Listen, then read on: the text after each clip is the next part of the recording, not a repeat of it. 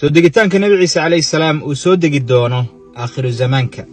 nabi ciise calayhi salaam wuxuu ka soo degi doonaa magaalada Dimashq ee ku taala waddankan Syria.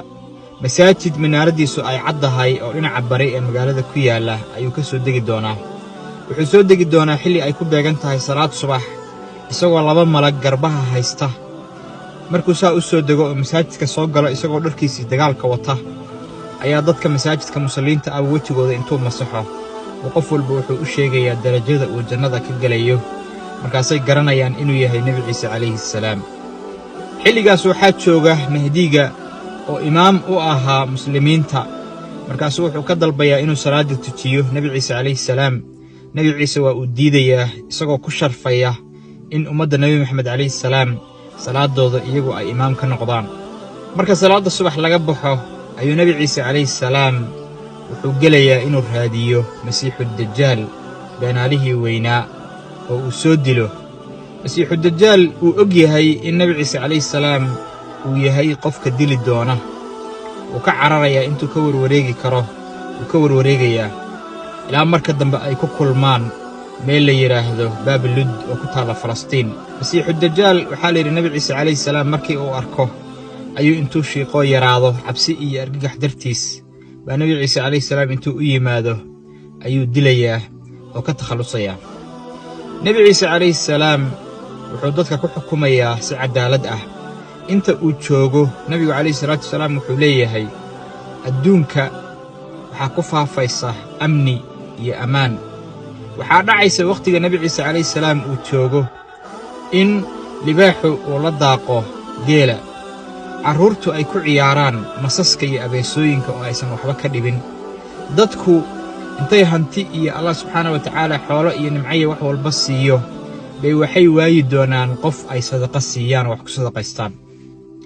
nabi ciise calayhi salaam isagoo jooga ayaa Allah subxaanahu wa tacaala wuxuu soo diri doonaa yuug iyo yamaayuug oo ah dad bini aadan ah oo malaayiin ah oo soo bixi doona aakhiru zamaanka, oo adduunkoo dhan baabi'in doona, oo badaha fuuqsan doona, oo beeraha cagta marin doona, oo dadka layn doona.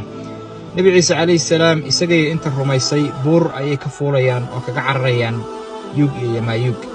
yuug iyo yamaayuug markii dhulka waxay ka samayn kareen oo dhan ay ka sameeyaan oo ay istidhaahdaan wax idiin haray ma laha, bay intay istaagaan bay waxay odhanayaan wixii dhulka yaallay oo dhan waan baabi'inay, waxa samada jira ayaan soo baabi'inaynaayo dilaynaa. fallaarahooda waxaa la yidhi waxay u jeedinayaan cirka. markaasaa fallaarahooda waxaa ku soo noqonaya iyagoo dhiig leh, iyadoo ilaahay subxaana wa tacaala ku imtixaamayo. markaase waxay moodayaan inay soo dileen wixii samada joogay. iyagoo dabaaldegaya waa Allah subxaana wa tacaala wuxuu u soo dirayaa dixri yar. dixrigaasaa kulligood sanka intuu ka wada galo bay hal mar kulligood wada la'anayaan oo baaba'ayaan.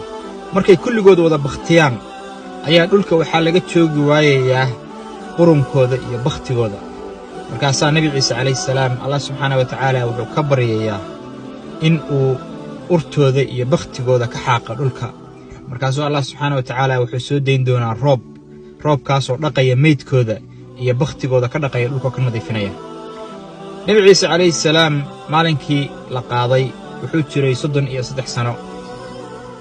dhulka markii uu u soo dego wuxuu ku noolaan doonaa 7 sano keliya.